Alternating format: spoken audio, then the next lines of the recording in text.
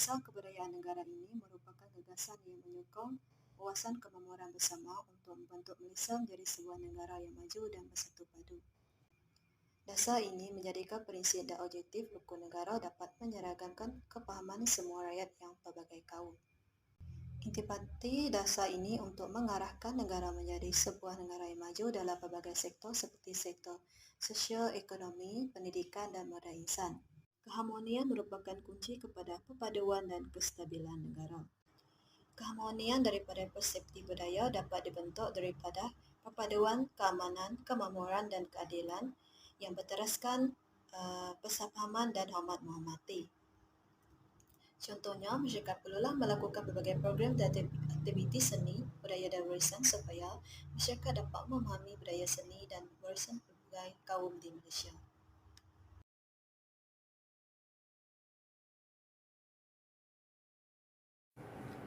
Antara masalah yang sering dihadapi dalam meningkatkan keharmonian masyarakat adalah perbezaan budaya dan agama. Kaum-kaum tidak bersependapat antara satu sama lain dan perkara ini menyebabkan ketidakharmonian yang tidak diingini. Setiap kali mereka menyambut perayaan atau melakukan aktiviti agama masing-masing, sering sahaja konflik dengan agama lain timbul. Selain itu, masalah yang sering dihadapi dalam meningkatkan keharmonian masyarakat adalah perbezaan pandangan politik. Hal ini kerana pendapat yang tidak sama dengan ahli politik yang lain menyebabkan kesukaran untuk mereka berbincang dengan harmoni tanpa adanya perbalahan di antara mereka. Mereka mementingkan kaum masing-masing sehingga tidak memikirkan pendapat kaum-kaum lain. Maka dengan itu, memang diharapkan supaya masyarakat kita dapat sedar dan menghormati serta bertolak ansur dengan satu sama lain. Saya akan membentangkan strategi dan pelan tindakan yang perlu dilakukan semasa proses dalam penubuhan matlamat dan objektif polisi. Dasar kebudayaan negara iaitu DKN digubah berasaskan kepada tanggungjawab bagi mewujudkan sebuah garis panduan untuk menangani urusan budaya yang dinamik. Hal ini dikatakan demikian kerana kerajaan telah mengenal pasti isu dan cabaran isu semasa sekaligus mendapati kebaikan dalam memelihara serta dapat melindungi urusan kebudayaan. Dasar kebudayaan negara telah menetapkan visi, misi dan juga strategi yang jelas untuk menjadikan Malaysia sebagai sebuah negara maju, rakyat berbudaya yang memfokuskan kepada 7 teras utama, keharmonian masyarakat, kecemerlangan budaya dan sebagainya. Oleh hal yang demikian, dalam usaha mencapai visi dan misi kebudayaan negara, terdapat 39 dengan 95 pelan tindakan yang telah dirangka dalam tempoh pelaksanaan 5 tahun iaitu 2021 hingga 2025 berdasarkan 7 teras utama. Dalam konteks ini, kami telah memfokuskan kepada teras kedua iaitu keharmonian masyarakat yang merupakan kunci kepada perpaduan dan kestabilan negara. Salam sejahtera diucapkan kepada Dr. Bat. Saya Corina Nanjanin. Nombor matrik saya adalah 79135. Di sini saya akan membentangkan strategi pertama iaitu memperluaskan pelaksanaan program berimpak tinggi berbentuk silang budaya. Dalam strategi pertama, terdapat 4 sila pelan tindakan. Pelan tindakan pertama iaitu mengoptimumkan penggunaan infrastruktur budaya, di mana masyarakat Malaysia sentiasa memerlukan kepimpinan yang berkeupayaan, berkematangan fikiran dan mempunyai motivasi terhadap gerakan dan pembangunan kebudayaan. Masyarakat anggota dan pendidikan kebudayaan tetap merupakan persoalan teras bagi melahirkan generasi yang berprihatin terhadap hakikat spiritual, kejiwaan, kesayangan dan memplikasikan nilai-nilai umum sosial mereka. Misalnya penganjuran aktiviti oleh pelaksanaan seperti montaj, KKR, KPT, KPLP, MOF dan KPN dalam tempoh masa 36 bulan. Seterusnya, pelan tindakan kedua ialah memperkasakan aktiviti atau program silang budaya di peringkat daerah, negeri dan kebangsaan. Hal ini dikatakan demikian kerana mewujudkan aktiviti silam budaya dalam kalangan masyarakat dapat melahirkan budaya masyarakat yang harmoni tanpa mengira bangsa dan warna kulit. Program silam budaya berhasrat untuk memupuk budaya harmoni menghormati, malah ia mampu juga meningkatkan pengetahuan rakyat mengenai rencana masyarakat majmuk di Malaysia. Antara aktiviti yang dilaksanakan ialah program seni budaya, program minggu kebudayaan dan pendidikan. Aktiviti ini telah dilaksanakan oleh KBS, KPWKN dan JPN dalam tempoh 60 bulan. Dan tindakan ketiga ialah mempergiatkan aktiviti program silam budaya di peringkat antarabangsa. Dalam konteks silam budaya antarabangsa, masyarakat umum akan lebih memahami bahasa, cara hidup dan kebudayaan antarabangsa. Hal ini dikatakan demikian kerana dengan memahami cara hidup dan budaya ini, masyarakat akan lebih memahami tingkah laku secara bertindak antarabangsa. Misalnya, aktiviti yang dijalankan ialah World Culture Week dalam tempoh 36 bulan. Pelan tindakan keempat ialah menggalakkan penglibatan pihak swasta dan badan korporat dalam penganjuran atau penajaan program berbentuk silam budaya. Pihak swasta dan badan korporat diberi peluang untuk melibatkan diri seperti menaja atau menjadi sukarelawan dalam program silam budaya yang dianjurkan. Misalnya, sisi libat urus, kempen, program CSR dan wawancara keilmuan yang dilaksanakan oleh NGO, swasta, media dan semua kementerian atau agensi dalam tempoh 36 bulan.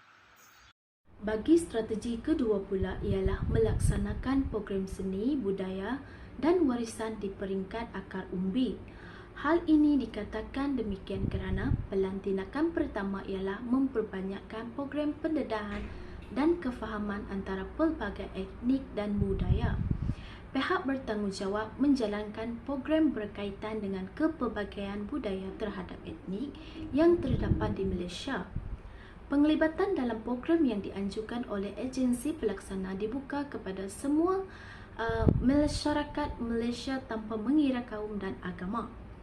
Antara aktiviti yang dilaksanakan seperti program penerangan, perayaan, kelab rukun tetangga dan kelab rukun negara dalam tempoh masa 60 bulan.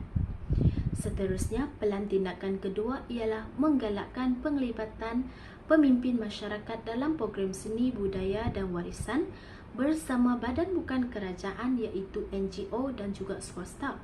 Hal ini dikatakan demikian kerana pemimpin masyarakat digalakkan untuk menyumbang dana kepada agensi pelaksana bagi menjayakan program kesenian tersebut dalam tempoh masa 36 bulan. Selain itu, bagi strategi ketiga pula ialah memperluas usaha promosi keharmonian masyarakat. Hal ini dikatakan demikian kerana pelan tindakan pertama ialah memperbanyakkan aktiviti promosi keharmonian masyarakat melalui pelbagai platform media dengan kerjasama pemegang taruh seni budaya. Dengan cara ini, ia mampu menyatukan hubungan perpaduan dalam kalangan masyarakat majmuk. Misalnya, kempen atau aktiviti keharmonian dan nilai-nilai dan produksi filem atau drama bahasa pelbagai etnik. Agensi pelaksana yang terlibat ialah media, swasta, GLC dan KPN dalam tempoh masa 60 bulan. Seterusnya, pelan tindakan kedua ialah menonjolkan Malaysia sebagai sebuah negara contoh, model keharmonian. Bagi mencapai objektif sebagai sebuah negara yang harmoni, kesatuan antara pemimpin dengan masyarakat amatlah penting sebagai contoh untuk dijadikan teladan kepada negara luar, misalnya melalui Malaysia Truly Asia dalam tempoh masa 60 bulan. Akhir sekali, pelan tindakan ketiga ialah mewujudkan kamus-kamus bahasa etnik atau dialek. Hal ini dapat dicapai apabila penerbit kamus menjalankan penyelidikan dengan mendapatkan penutur asli daripada pelbagai etnik dari setiap negeri, misalnya dengan penerbitan kamus bahasa etnik atau dialek dalam tempoh masa 60 bulan. Strategi dan pelan tindakan dasar kebudayaan negara ini diharapkan dapat membantu kerja-kerja kreatif dalam kalangan rakyat dengan mengutamakan budaya nilai tinggi dan tahap keintelektualan dalam keharmonian masyarakat. Saya Muhammad Nizam bin Masaleh akan menerangkan program yang boleh dilakukan bagi mencapai teras keharmonian masyarakat. Bagi mencapai dasar kebudayaan negara Deccan di bawah teras keharmonian masyarakat, pihak organisasi seni boleh membuat program yang dapat membantu mewujudkan keharmonian dalam masyarakat adalah seperti mengadakan program Sarawak Musical Festival 2023 atau dikenali Samuda 2023. Program Samuda 2023 ini adalah merupakan salah satu festival yang dibuat bagi melihat dan mempertandingkan tarian-tarian dan mempersembahkan alat-alat muzik tradisional yang berasal dari negeri Sarawak. Bukan itu saja, program ini juga untuk mengasah bakat-bakat anak muda dalam mempersembahkan tarian tradisional masyarakat Sarawak dan mengenal pasti golongan-golongan yang berbakat ini untuk terus mempersembahkan tarian tradisional ini agar ianya tidak akan dilupakan oleh masyarakat. Pertandingan ini juga merupakan salah satu persaingan yang sihat kepada masyarakat dan boleh disertai peserta dari negeri lain dalam mempersembahkan tarian dan alat muzik tempatan di negeri Sarawak. Hal ini dikatakan sedemikian kerana dengan penyertaan dari negeri lain, mereka akan lebih mengenali tarian dan alat muzik masyarakat di Sarawak. Malah membuka mata dunia bahawa masyarakat di negara Malaysia mampu mempersembahkan tarian masyarakat budaya lain tanpa ada unsur salah faham dalam kalangan masyarakat tempatan.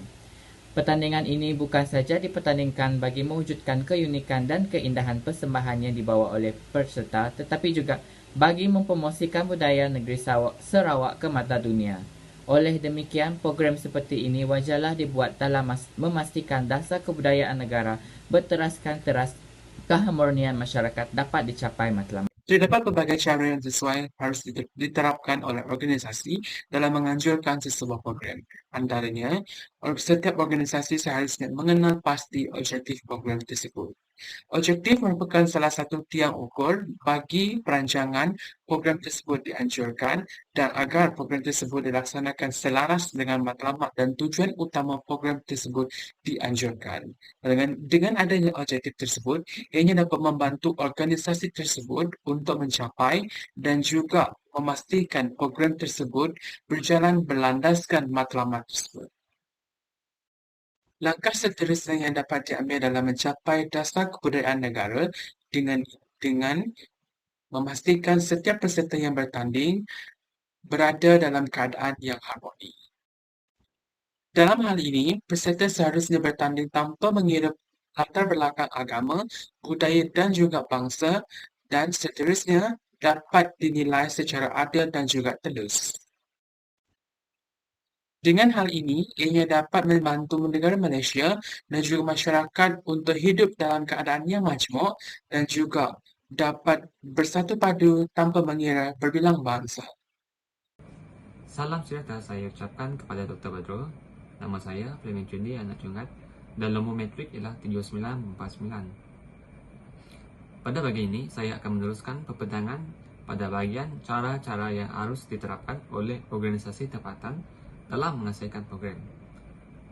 Yang seterusnya adalah mewujudkan pertandingan dengan penglibatan penyertaan yang berlainan bangsa dan agama. Ini bertujuan adalah kerana akan dapat mewujudkan masyarakat yang boleh bekerjasama dalam satu kumpulan untuk memenangi pertandingan yang dipertandingkan. Yang seterusnya adalah untuk mewujudkan identiti rakyat Malaysia yang berlainan bangsa dalam bekerjasama dan bersatu hati. Yang seterusnya adalah mewujudkan program yang bertemakan dengan semangat patriotisme.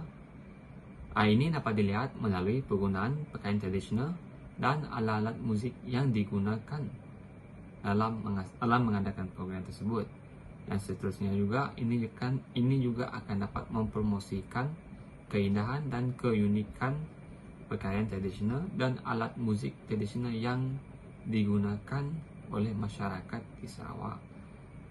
Oleh itu, perkara ini sekaligus akan dapat mewujudkan identiti keindahan budaya yang berbilang kaum di negeri Sarawak. Sekian, terima kasih. Secara keseluruhannya, sesebuah organisasi akan menjadikan teras yang terdapat dalam dasar ini untuk mengadakan program yang dapat mewujudkan keharmonian dalam kalangan masyarakat yang berbilang kaum di Malaysia. Teras dan dasar ini dirangka untuk merealisasikan visi supaya dapat menjadikan Malaysia sebagai sebuah negara yang kaya dengan kepelbagaian budaya. Wujudnya dasar ini akan menyebabkan organisasi seni dapat berfikiran lebih terbuka terhadap kepelbagaian budaya dan warisan seni yang terdapat di Malaysia.